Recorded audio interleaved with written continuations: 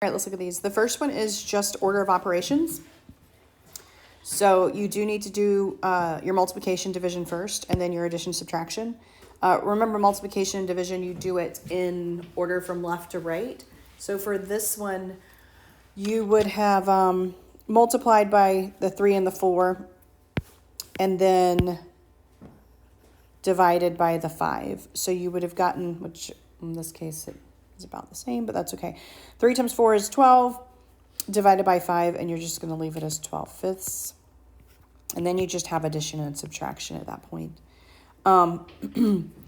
For the addition and subtraction here, you do have to have a common denominator. And so here you have a 3 over 1 minus a 12 over 5. So you do need to get common denominator of 5 here. So multiply the top and the bottom by 5, which gives you 15 over 5 minus 12 over 5, which is where you get your 3 over 5. Look at the next one. The next one was your rules of exponents. So you need to take everything in this group to the second power. 3 to the second power is 9. X cubed to the second power you multiply, so that's x to the 6th. And then y to the 6th to the second would be y to the 12th. And then again, everything in this group to the third power. 2 to the third is 8. X squared to the third is also to the 6th. Y to the 4th to the third is also y to the 12th. These were like terms, so you could add those coefficients. 9 and 8 give you the 17, x to the 6th, y to the 12th. All right, so my first steps to get everything out of the parentheses. I need to distribute this 3 times z, 3 times negative 3. This is a negative 1, so negative 1 times 2z, and negative 1 times positive 4. Then I'm going to simplify the left-hand side. My 3 and my negative 2 give me a 1. My negative 9 and negative 4 give me negative 13. All right, numbers on one side, variables on the other. So if I take my variables over here, I need to take my numbers to the other side. They will cancel out. So I have 1 and 6 give me 7z. The 13s cancel out, equal sign. The 1 and 13 give me 14. The z's cancel out. And then I just divide, which gives me the 2 there. So special functions, normal functions like we've been talking about, y equals mx plus b, linear functions. That's your common type that we've hit so far. Special functions, the first special function we're actually going to talk about is one called a piecewise function. Just like it sounds, it is pieces of several functions. And so when they give you a piecewise function, they actually split up the domain here. And they tell you which pieces go with which x's.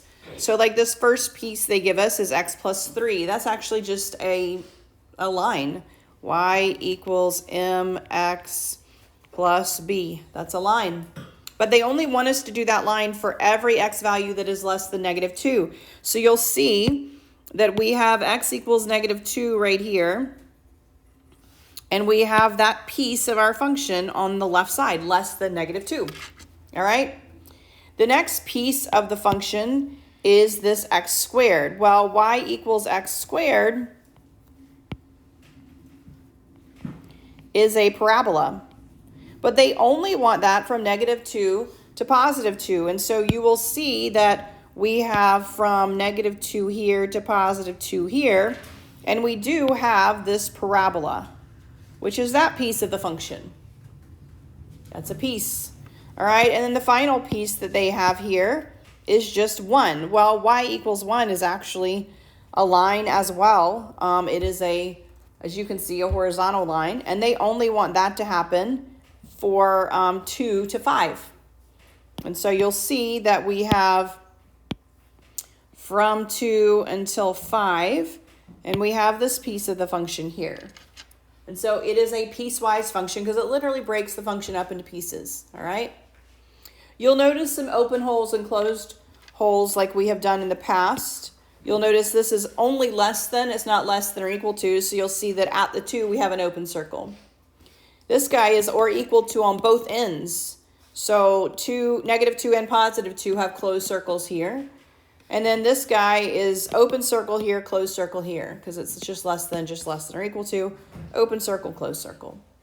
And so you follow the same rules, but you're only graphing a piece of each of those functions that they have given us. And so your domain will change depending on what piece you're in. You can have different domains, all right? And you'll see that on the other one, we had 3 different domains, really. And these are all examples of piecewise functions. For this first one, my domain is going to start at this x value right here. And it's going to go to this x value right here. Well, this x value right here is -4. So it starts at -4, and it goes all the way to +3. Does it include -4 and +3, and how do you know? Does it include it or not? Yes, it includes it. How do we know that? The circles are closed. This is a closed circle. This is a closed circle. So I know it includes it. So I know I'm going to have or equal to, and x is really everything in between it. So x is in between it, and it's going to be or equal to's because it includes it. All right? This next one actually jumps. It doesn't include every x from start to finish. This first piece is all the way over here. Right at 1, 2, 3, 4, 5, 6. So we're at -6 there. But it only goes up to -1 for this piece of it. So it goes to here, to -1. Does it include the -6 and the -1? Open or closed circles there? Closed, so it includes it. But then we are going to combine that. We can use our little union symbol there. And it jumps over to +2 and goes from +2 until +4. All right, and so we have another piece of this from +2 to +4. Does it include those? It includes 2, so it is or equal to there, but it does not include that one, so we would just do a less than sign. Everybody see what I'm doing here as far as these domains go? Visually, it's really easy to see. All right, so where does this one? This goes from here to here, right? 1, 2, 3, 4. We go from -4 to +1, right? But it starts again at +1 and goes all the way until +5. All right? Now here's the thing. It includes both endpoints here, right? But it doesn't include it here. But if I am union these, putting them together, do I need to split it up? Technically, it goes all the way from here, all the way to here. Does everybody see that? Because it includes it. This function, even though it doesn't include it at this point, it does include it here. So technically, it includes 1. So for this one, I could actually just go from -4 all the way to 5. Because I actually don't jump. Here I jump. I actually have a space. But here I don't jump. I jump in the function for the y value. It's not continuous. But the x value doesn't jump there. You actually keep going. So for this last one, you can actually just write it like this. You don't have to do a union between the two. All right, this is 3 different lines. My first line is y equals -3. Y equals -3. This is a horizontal line, just goes across horizontal. But I only do that line from -5 to -2. It will my y value will always be -3. So at -5, I go to -3. And does it include that point at -5? Yes or no? Does it include it, the -5? Is there an or equal to? Yeah, there's an or equal to, right? -5 is less than or equal to. So we go here. At the -2, though, it is open. And so that is my first piece right there. Horizontal line. My second piece is a different line. Y equals x plus 1. All right? So for this one, from -5 to x to -2, my y value was always -3. But now I'm going to go from -2 to +1. So now I have to figure out what my y value is, okay? So let's figure out my y value. My y value at -2 is what happens when I plug it in. -2 plus 1. What's my y value there? -1. All right, that's my 1 point. Does it include that point? Yes. So at -2, -1, I have a closed circle. All right, let's look at the other end, okay? +1. What happens when I plug in a +1? 1 plus 1, what's my y value? 2. So at 1, 2, is that going to include it or not? No, open circle. And then I just connect those dots. That's my next piece. Easy enough? All right, let's look at the third piece. My third piece is y equals -x plus 4. And I'm going from 1 all the way to +4. All right, let's see what happens here. I plug in a 1. -1 plus 4 gives me 3. Does it include that point? Yes, it does. Closed circle. All right, what happens when we plug in a 4? -4 plus 4. 0. Does it include that point? Yes. It does. 4, 0. And then I connect those dots. That is my function. That is my piecewise function. I just graph each piece of it. All right, and you can do that by graphing your endpoints because these are all lines, right? And then you can just leave it the way it is. Make sure you do open or close depending on whether it is or equal to or not.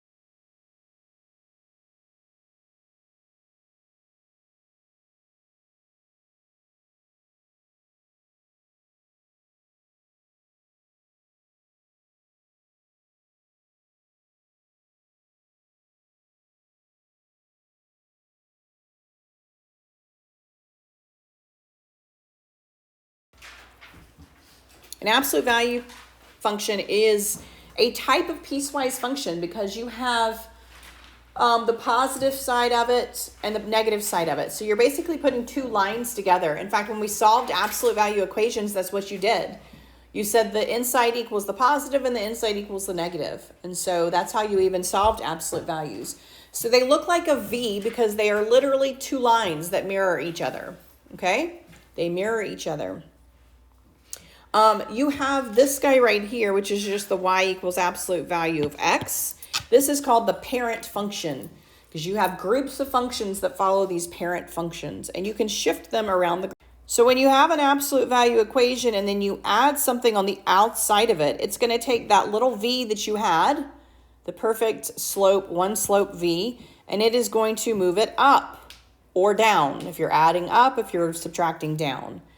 When you have something on the inside of the absolute value, it's actually going to move it left and right. But on the inside, it does the opposite of what you would think. You would think negative here would move you left. It doesn't. It would actually move you right. So when it's on the outside, it goes up and down exactly how you think it would be. Positive up, negative down.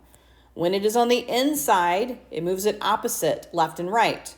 Positive left, negative right when it's on the inside. So let's look at these two graphs here.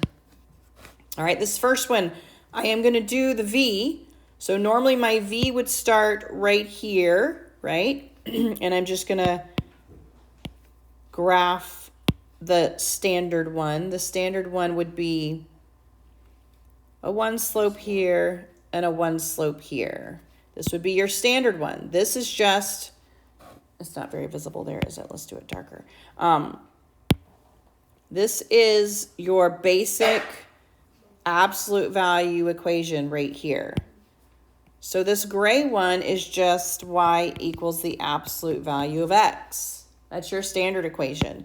But they've given us a shift. They've said, I want you to shift it up 3. And so when you do that, you just take this one and you're going to start here at this point, and you're going to go your v right here. And so this will be your absolute value when you add 3 to it. It just moves it up 3. That's all it does. All right, let's look at the next one. For the next one, they want us to move it left or right. We're going to take that exact equation that we just did for this one right here, this original one, and on the inside we have -2, but it's opposite of what you would think. A -2 is actually going to move it this way. And so we're going to take that graph and we're going to move it over 2 and we're going to graph it again. It's just a one slope, up 1, over 1. So that's why you're going straight down those centers there. And so that's how your absolute value moves. On the outside, it moves it up and down. On the inside, it moves it left and right.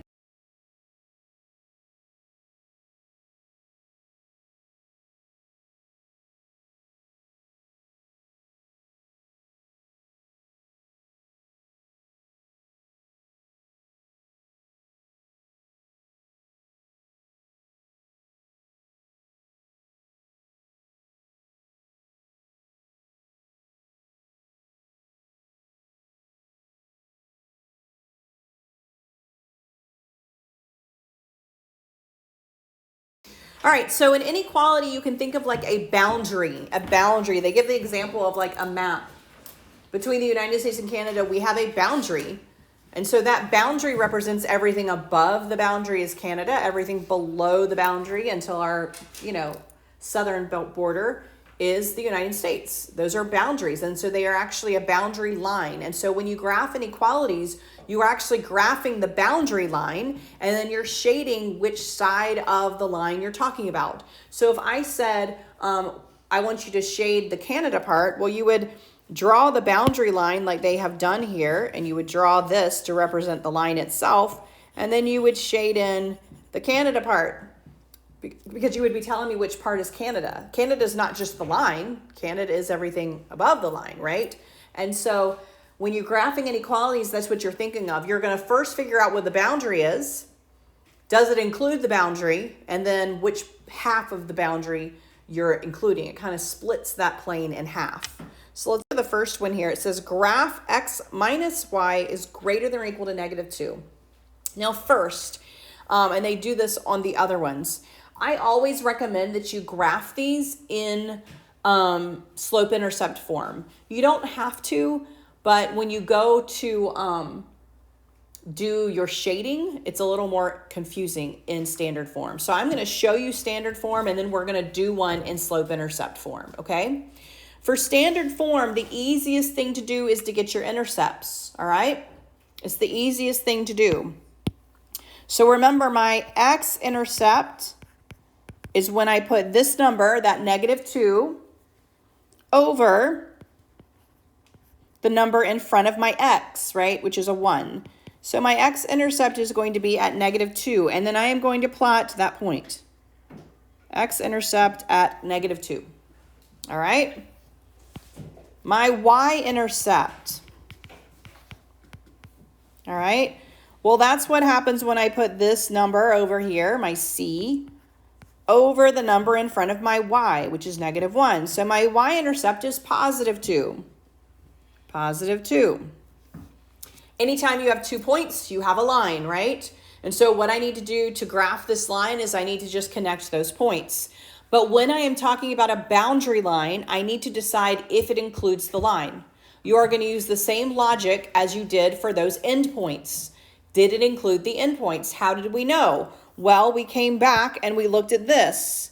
If it was an or equal to, it included it. If it was not an or equal to, it did not. So does this one include my boundary line? It does. It is an or equal to. And so for this one, I am going to do a solid line. A solid line represents the fact that this includes my boundary. All right? It includes my boundary. Now I have to decide, do I shade above it or below it? Now, if you just look at this, you would tend to think that you would shave above it. Why would you think that? Because it's greater than. But when it's in standard form, you have to consider one more thing. What is in front of my y? There is a negative in front of my y. So I'm actually going to do the opposite. Because when you put it in standard form, you would divide by a negative. When you put it in slope-intercept, you would have divided by a negative. What happens to this guy when I divide by a negative? It flips. So when it's in standard form, you have to then go back to your y and say, is the number in front of my y positive? If it is, then I'm going to do whatever this guy says. Greater than would be above it, less than would be below it. But if the number in front of my y is negative, I'm going to do the opposite because it would flip it, okay? So this one, you would actually shade everything below it, all right? You can check this. Pick a point in your shaded area, plug it in, and see if you get a true statement, all right? So let's say I pick this point right here. I'm going to pick 0, 0 because that's an easy point to plug in. Is 0, 0 part of my shaded area? Yes, yes it is. So I'm going to say 0 minus 0 is greater than or equal to negative 2. Is 0 bigger than negative 2? Yes, it is. I shaded correctly, okay? I shaded correctly. So that is doing this in standard form. In standard form, you can you pick your intercepts, graph those, and then shade accordingly. But you have to be careful that you pay attention to what's in front of your y. All right, let's look at example 2, graphing in slope-intercept form. All right, example 2, graphing in slope-intercept form. All right, so they gave it to us in what form? What form is this right here? Standard. Yeah, this is standard form. I want to get it in slope-intercept form. The way I do that is I move my x over. All right, so I'm going to move it over. I have to move it over by subtracting it, right? So I have negative 4y is less than negative 3x minus 8. All right? I'm not quite done.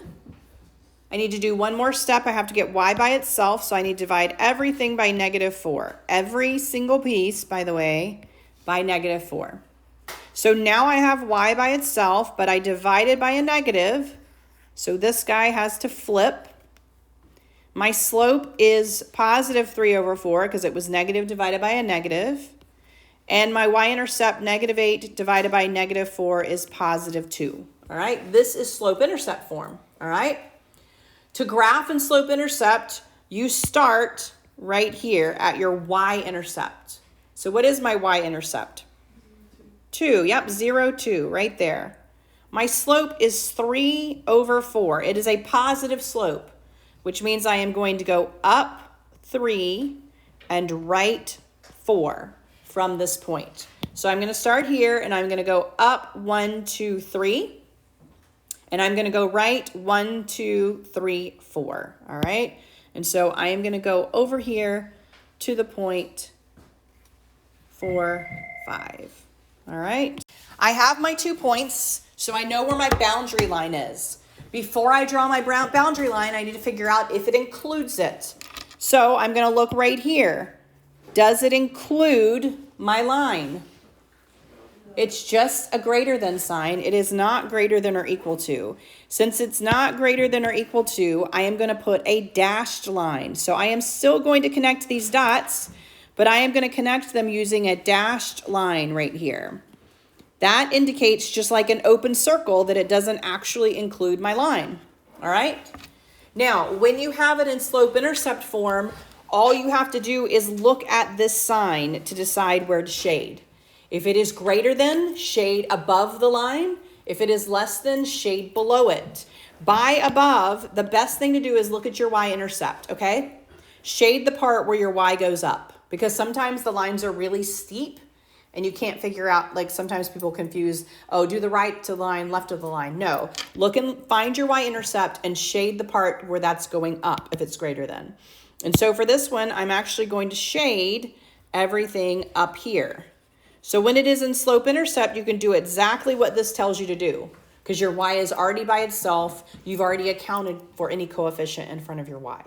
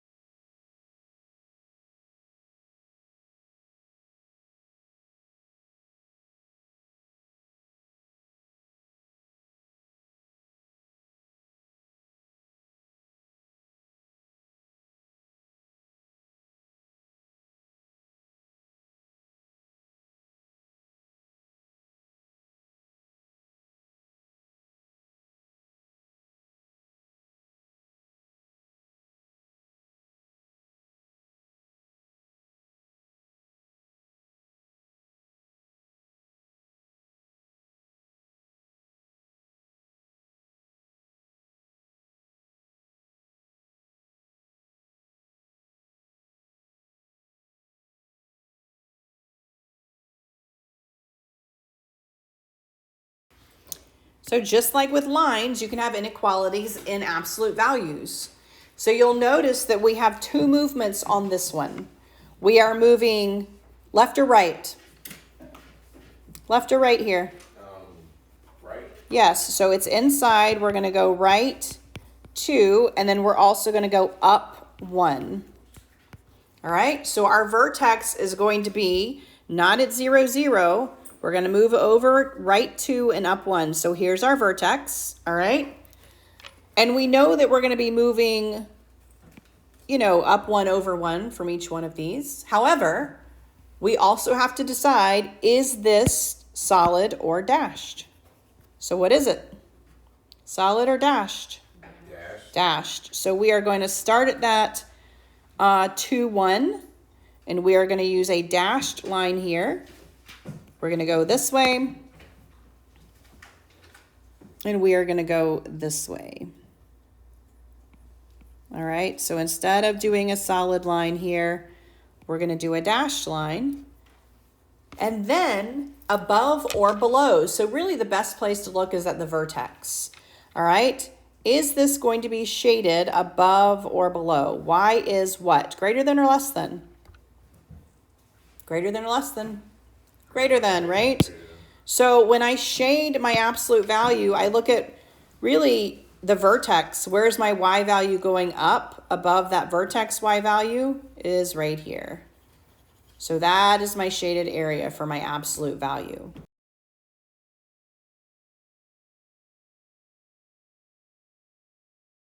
So first, our vertex is going to go right and down, right? And then we are going to shade below it.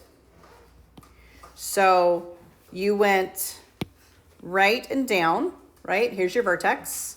It was dashed because of this. And then you look here and say, where am I going to shade it? I'm going to shade everything that's below this. So it actually, as that goes up, so does your shading. So you just stay below that V. So do you go to the end of the graph? Very often they will use word shading for word problems because they're trying to say, I could mix and match and do this or that.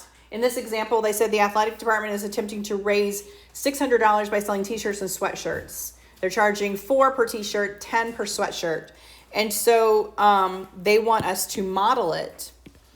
And you can see that they set this up.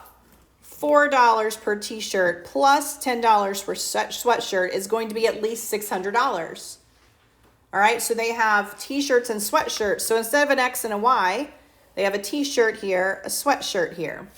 All right, and they did the same thing. They found their intercepts. They took 600 divided by 4, and they got their X-intercept. 600 divided by 10, and they got their Y-intercept. And then they said, I want at least $600. So then they shaded everything above it. That means any mix and match of anything on the line or above it will give them their $600 or more. So if I were to say, okay, I'm going to sell 100 t-shirts and 40 sweatshirts. That is going to make me at least $600, if not more. And it actually will be more. And so they use this for word problems as well to say, what do I need to sell to make it within what I want to make? And any mix and match of anything in my shaded area will make the $600 that they're trying to make. All right. So they've done the same exact thing. They've set up a simple equation, but you will notice on word problems, they didn't use like 1, 2, 3, 4, 5. They set up their divisions a little bit bigger than that to fit what they needed it to fit. All right. So you'll notice that we have every 10 here instead of every 1, obviously. So you may have to adjust your graph lines to fit a larger set of numbers.